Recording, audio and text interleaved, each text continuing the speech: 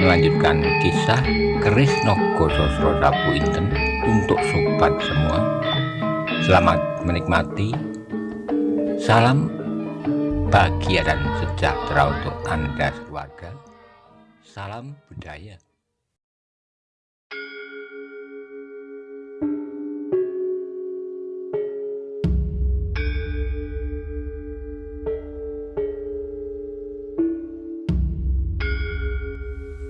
Pada episode sebelumnya dikisahkan pertempuran sengit antara Laskar Banyu Biru bersama Laskar Pamingit melawan Laskar Golongan Hitam masih berlangsung dengan sengitnya. Korban dari kedua belah pihak sudah berjatuhan. Para pemimpin pun masih mengeluarkan ilmu pamungkasnya untuk menaklukkan lawan masing-masing. Bagaimana kisah selanjutnya? Simak bersama-sama.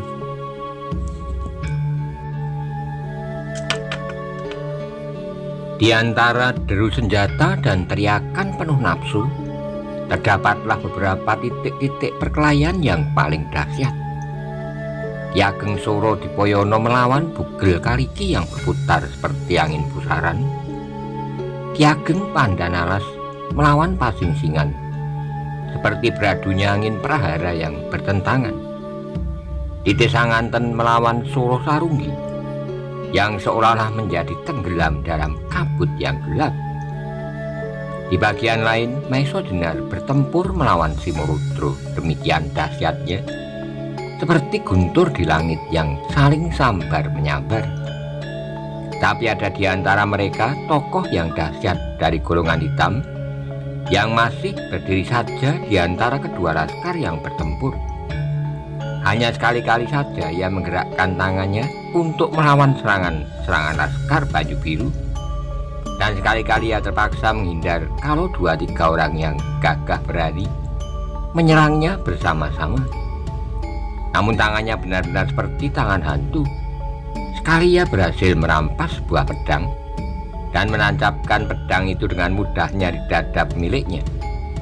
Dengan tertawa menyeringai, ia berpaling sambil bergumam, "Tikus yang sombong." Kemudian ia melangkah pergi di antara kacau balonnya pertempuran, seperti berjalan di dalam kesibukan pasar saja. Ia melihat betapa sahabat-sahabatnya bertempur mati-matian. Ia melihat betapa Simorudro berjuang sekuat naga melawan Maesa Jenar. Orang itu pun menjadi heran pula, bagaimana mungkin Maesa Jenar dapat mengimbangi Simorudro yang ganas itu. Terhadap Ki Ageng Suro Dipoyono, Ki Ageng Pandanalas dan Titi Sanganten, ia tidak perlu heran pertempuran di antara mereka dapat berlangsung lama, sehari 2 hari, bahkan tanpa batas, seperti kalau ia sendiri tanpa lawan. Karena itu ia sedang berpikir apakah yang harus dilakukan, membunuh sebanyak-banyaknya atau membantu salah seorang dari keempat sahabatnya. Ia harus yakin bahwa kawan-kawannya itu pun dapat membawa diri. Karena itu biarlah ia bekerja sendiri, tetapi membunuh laskar-laskar kecil yang berserak-serakan seperti tikus itu pun tak akan berarti. Sebagai tokoh yang ditakuti tidak saja di Nusa Kambangan, ia merasa terlalu berharga untuk berperang melawan laskar-laskar Banyu Biru yang tak berarti. Sekali-kali ia memandang jauh ke Sapit sebelah kanan. Terhadap muridnya Joko Soko pun ia tidak terlalu cemas. Seandainya Joko Soko itu harus berhadapan dengan Empu Soro sekalipun, karena itu tidak ada kerja lain baginya daripada membunuh. Bukankah di dalam peperangan yang berjumlah besar, membunuh siapapun yang ada di dekatnya bukan berarti merendahkan diri? Pertempuran yang demikian adalah pertempuran yang kacau. Setiap senjata dapat mengarah tiap dada lawan. Maka akhirnya Nogoposo itu pun menjadi puas terhadap pendiriannya. Daripada berdiri saja di situ, memang lebih baik berbuat sesuatu yang dapat memperingan pekerjaan laskar dari golongan hitam. Kemudian setelah ia mendapat ketetapan hati, mulailah ia bergerak sekali sambar. Kembali ia merampas sebuah tombak Ia mutar tombak itu sekali di udara, kemudian dengan satu gerakan kemungkinan untuk menghindar. Demikian cepat dan keras, tetapi tiba-tiba Nogoposo menarik kembali tombak itu. Ketika tiba-tiba ia mendengar seorang menyapanya. "Alangkah dahsyatnya, Tuan." Nogoposo menoleh. Ia melihat seorang bertubuh tegap kekar berdiri di sampingnya. Orang itu belum pernah dikenalnya, karena itu ia mengacuhkannya. Maka kembali ia mencari orang yang hampir terbelah dadanya oleh tombaknya sendiri. Tapi orang itu sudah lari menghilang di antara hiruk-pikuk pertempuran, mencari lawan yang tak bertangan hantu. Nogoposo kecewa. Ia menggeram dan sekali lagi menoleh kepada orang yang menyapanya. Tiba-tiba ia menjadi muak melihat wajahnya yang tenang. Orang itu pasti salah seorang dari Laskar Banyu Biru. Tapi tiba-tiba Nogoposo kehilangan nafsu untuk membunuh orang itu. Mungkin ia belum mengenal aku, biarlah aku bermain-main dahulu. Biarlah ia menjadi ngeri dan baru kemudian aku akan membunuhnya.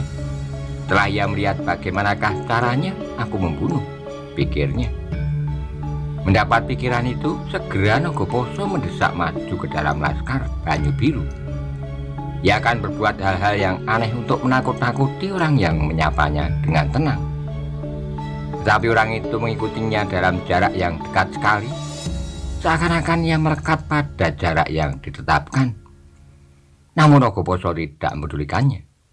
Bahkan lebih baiklah bila orang itu dapat melihat dengan seksama bagaimana ia dapat mematahkan leher seorang dengan tangannya, mencungkil matanya dengan jari-jarinya, dan memecahkan kepala itu dengan pukulan tangannya. Ketika seorang bertempur di dekatnya, ia pun segera melompat menangkap orang Banyu Biru. Tangannya mencekik leher, sedang tangan yang lain terayun ke dahi orang itu. Benar-benar suatu pemandangan yang mengerikan. Tetapi kembali Nogoposo mengurungkan niatnya.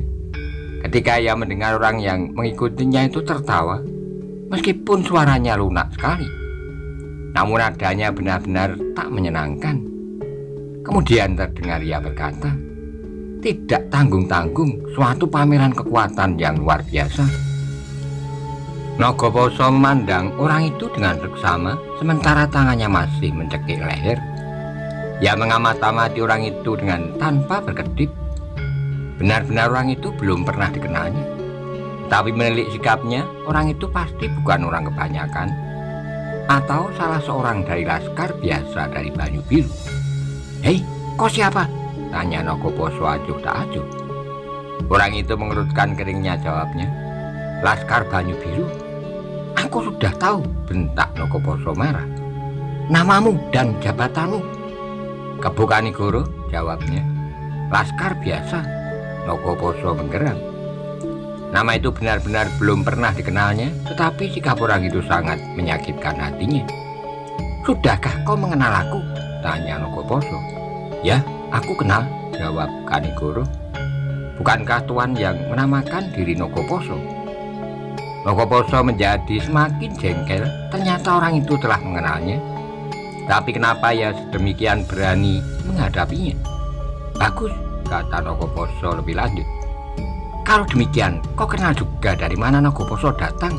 "Ya," jawab Kanigoro pula. Nogoposo berasal dari Nusa Kambangan dengan muridnya yang bernama Joko Suko. Nogoposo adalah seorang yang sakti, sejajar kesaktiannya dengan Pasing Singan, Simorodro, Suro Sarunggi, dan Bugel Kaliki. Nogoposo mengangguk-anggukkan kepalanya. Ia menjadi semakin heran. Orang yang bernama Kebo Kanigoro itu mengenalnya dengan lengkap, namun ia masih berani menyapa seenaknya saja. Apakah orang ini benar-benar ingin bunuh diri? "Kalau demikian," Nogoposo berkata pula, "apa maksudmu mengikuti aku?" "Hei," Kanigoro berpura-pura terkejut. Meskipun ia tahu apa yang tersirat di dalam pikiran Nogoposo itu. Bukankah kita berada dalam peperangan? Dan bukankah setiap kita dari Banyu Biru dan dari golongan hitam dapat menjadi lawan? Nogoposo menjadi semakin marah mendengar jawaban itu. Katanya, "Kau akan melawan aku?" "Apa aku harus memilih lawan?" sahut Kanigoro. Siapa yang ada di hadapanku adalah lawanku. Kau sudah menjadi gila, teriak Nogoposo. Lihat betapa orang ini hampir mati karena tanganku. Aku dapat melakukan berpuluh-puluh bahkan beratus-ratus orang seperti ini. Ya, aku percaya, jawab Kanigoro.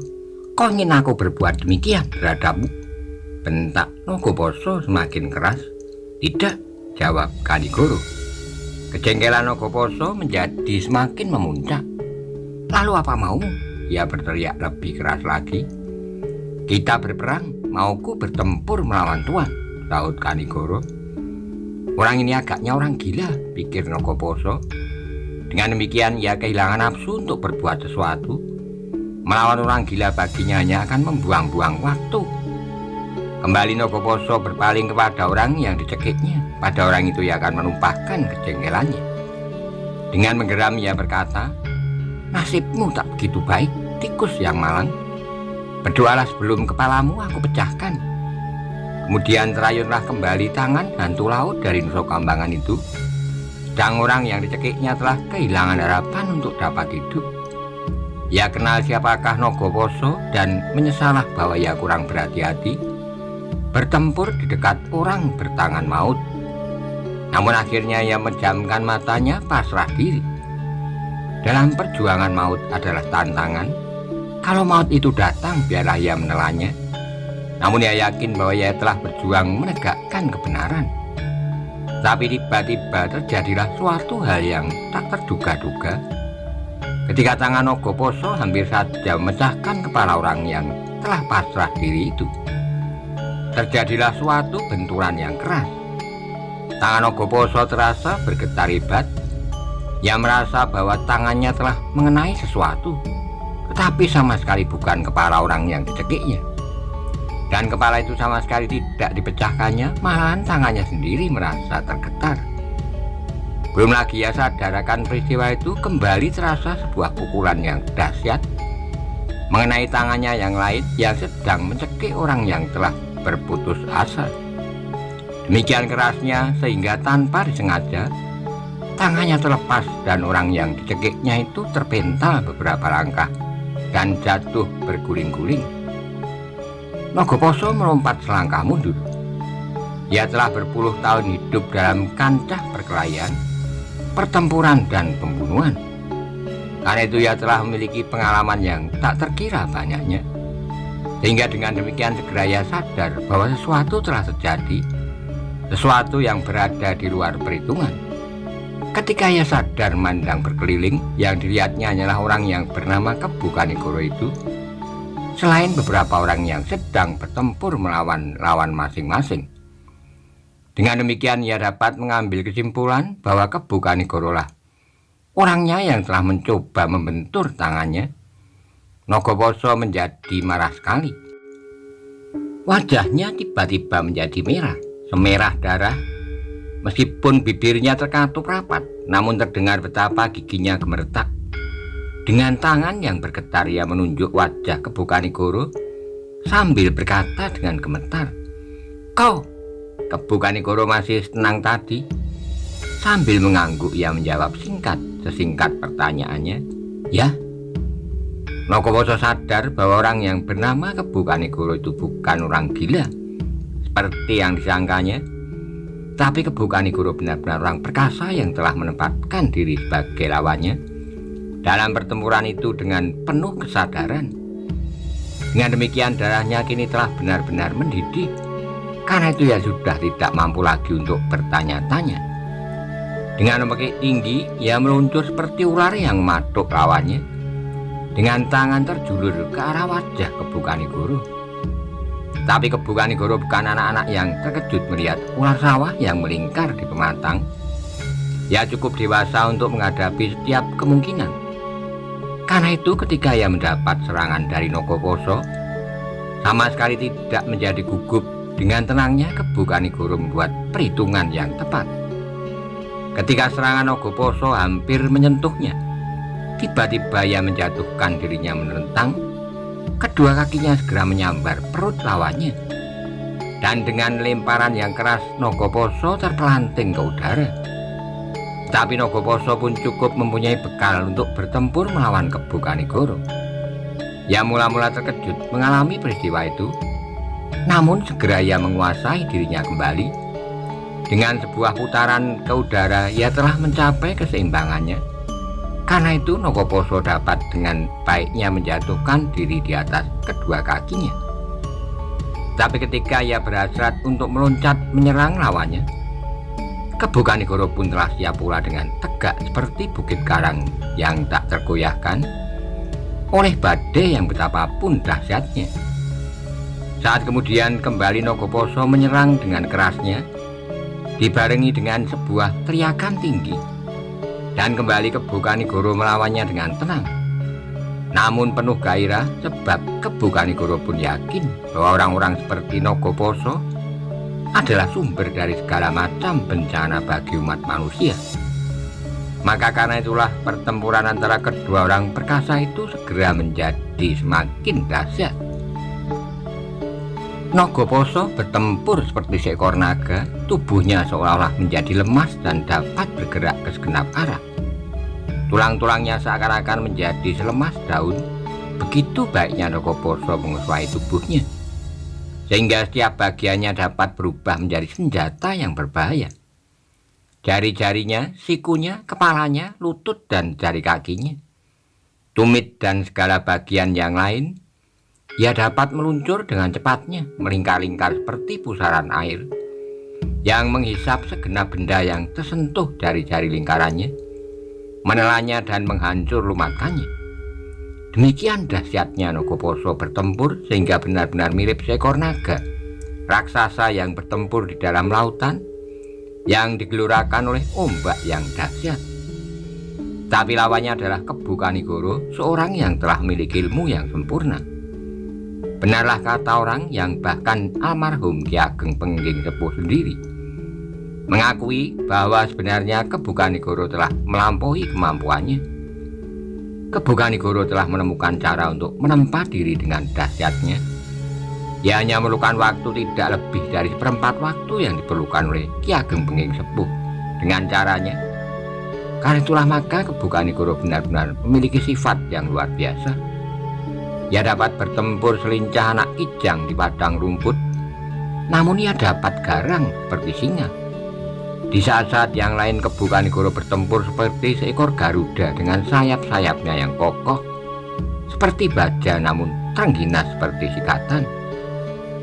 Seperti Maeso Jenar, Kebu Kanigoro juga memiliki kekhususan. Ia benar-benar tangguh bagaimana ciri-ciri khusus perguruan Pengging. Seakan-akan berkulit tembaga bertulang besi, serta apabila keringatnya telah membasahi punggungnya, tandangnya menjadi semakin garang. Seperti banteng ketaton, demikianlah ketika matahari manjat tinggi semakin tinggi, pertempuran itu pun menjadi semakin sengit. Kebu Kanigoro dan Nagaposo telah mengerahkan segenap kemampuan mereka. Namun di samping kemarahan yang semakin memuncak, Nagaposo pun menjadi heran. Apakah ia sebenarnya sedang bertempur melawan seorang manusia? Ataukah tiba-tiba saja ada malaikat yang menjelma dan melawannya? Persetan dengan malaikat. Aku tidak takut melawan malaikat seandainya ia benar-benar ada. Nagaposo mengumpat dalam hati, namun di dalam relung hatinya yang terdalam ia mengeluh. Gila benar orang ini. Siapakah sebenarnya dia? Kebu Kanigoro pun berjuang terus. Ia sadar bahwa lawannya adalah seorang yang luar biasa, hantu laut yang memiliki kesaktian dan pengalaman yang mengerikan. Karena itu Kebu Kanigoro pun cukup berhati-hati. Namun sedikit demi sedikit akhirnya ia berhasil mengetahui segi kedahsyatan ilmu lawannya, tapi juga segi kelemahan-kelemahannya, suatu hal yang tak dapat dilihat oleh orang biasa. Kebu Kanigoro memiliki daya pengamatan yang lebih tajam dari manusia kebanyakan. Dengan demikian apa yang selama ini tak diketahui orang dapatlah diketahuinya. Dan apa yang tak dapat dikerjakan orang lain, ia dapat melakukannya. Pertempuran di lereng Gunung Merbabu itu pun menjadi semakin riuh. Percikan darah berambur-amburan membasahi tanah pegunungan dan rumput-rumput liar. Kedua belah pihak berjuang semakin gigih. Sebab tak ada pilihan lain apabila seseorang telah berada di tengah-tengah api peperangan. Debu mengepul semakin tinggi di udara, putih gelap seperti kabut ampak-ampak di lereng-lereng bukit. Ki Ageng Suradipoyono masih bertempur melawan Bugel Kaliki. Silih ungkih Singoleno. Desak mendesak, serang menyerang, silih berganti. Tetapi keduanya sadar bahwa kesaktian mereka benar-benar berimbang. Sekali-kali baik Ki Ageng Suradipoyono maupun Bugel Kaliki berusaha untuk menebarkan pandangannya ke bagian-bagian pertempuran yang lain. Seperti juga apa yang dilakukan oleh Ki Ageng Pandanalas dan Pasingsingan, Titi Sanganten dan Suro Sarunggi. Sekali-kali mereka pun ingin mengetahui apa yang telah terjadi di bagian-bagian yang lain. Dari celah-celah deru senjata Ki Ageng Suradipoyono yang bertempur seorang diri di antara laskar Banyu Biru dan Pamingit yang saling bertempur pula, semula Ki Ageng Suradipoyono mencemaskan nasib Maisajenar. Tapi kemudian ia menjadi heran, mereka telah cukup lama bertempur. Namun agaknya Maisajenar masih tetap bertahan dengan gigihnya. Apakah yang telah terjadi dengan Angger Maisajenar selama ini, pikirnya. Dan tiba-tiba saat kemudian orang tua itu pun terkejut pula. Apakah yang sudah dilakukan oleh Kebu Kanigoro? Timbul pertanyaan pula di dalam hatinya. Bahkan ia menjadi semakin heran ketika melihat bahwa Kebu Kanigoro dapat bertempur melawan Nagoposo sebaik dirinya sendiri atau orang-orang seangkatannya. Bahkan karena darah yang jauh lebih muda daripada darahnya dan orang-orang seangkatannya, Kebu Kanigoro nampak betapa tangkas dan perkasanya. Desisnya. Siapakah sebenarnya orang itu? Ternyata di bagian lain pun terdengar Ki Ageng Pandanalas berdesis. Benar-benar Angger Kebu Kanigoro sakti tiada taranya. Di bagian lain lagi Titi Sanganten bergumam, aneh, belum pernah aku mengenalnya. Namun tiba-tiba ia telah mengejutkan kami. Bukan saja orang-orang Banyu Biru dan Pamingit yang keheran-heranan melihat keperkasaan Kebu Kanigoro, namun orang-orang dari golongan hitam pun menjadi cemas melihat tandangnya. Ketika orang-orang lain sedang sibuk menilai dirinya, Kebu Kanigoro sempat menyaksikan betapa Maisajenar berjuang di antara hidup dan mati. Tanpa sadarnya merayaplah perasaan bangga di dalam dirinya. Ia melihat benih subur tumbuh dalam tubuh Maisajenar yang kemudian bahkan telah berkembang dengan rimbunya. Ia melihat Maisajenar itu telah dapat menguasai ilmunya. Tidak saja Maisajenar itu telah dapat menjajarkan diri dengan almarhum gurunya, namun dalam penglihatan Kebu Kanigoro, Maisajenar bahkan telah melampauinya. Masa-masa pembacaan diri yang dahsyat telah menempa Maisajenar dan muridnya sedemikian dahsyat pula. Dan sekarang Maisajenar mencoba menerapkan ilmunya dalam suatu perjuangan yang menentukan. Dalam kesempatan lain, Kebu Kanigoro melihat bagaimana Arya Saloka bertempur melawan Rowijo. Anak muda itu pun menunjukkan betapa gigihnya berjuang melawan kejahatan. Tombaknya yang bernama Kiai Bancak menyambar-nyambar seperti 1000 mata tombak bersama-sama melawan sepasang pisau belati panjang yang berkilat-kilat di tangan hantu Alas Mentao. Namun Arya Saloka telah tumbuh menjadi anak muda yang perkasa. Apapun yang dilakukan lawannya, dengan baiknya Arya dapat melayaninya. Kegarangan dan kekasaran Rowijo sama sekali tak mempengaruhi langkahnya. Apalagi Arya telah membumbui ilmunya dengan segala macam tingkah laku binatang-binatang liar yang pernah menarik perhatiannya. Bagaimana seekor tikus berhasil menyelamatkan diri dari gigi-gigi ular berbisa, dan bagaimana seekor kijang yang lemah berhasil membebaskan dirinya dari terkaman serigala-serigala lapar. Namun Arya Saloka pun tahu bagaimana seekor banteng dengan tanduknya dalam ketenangan yang luar biasa berhasil merobek perut seekor harimau yang justru menyerangnya dengan garang.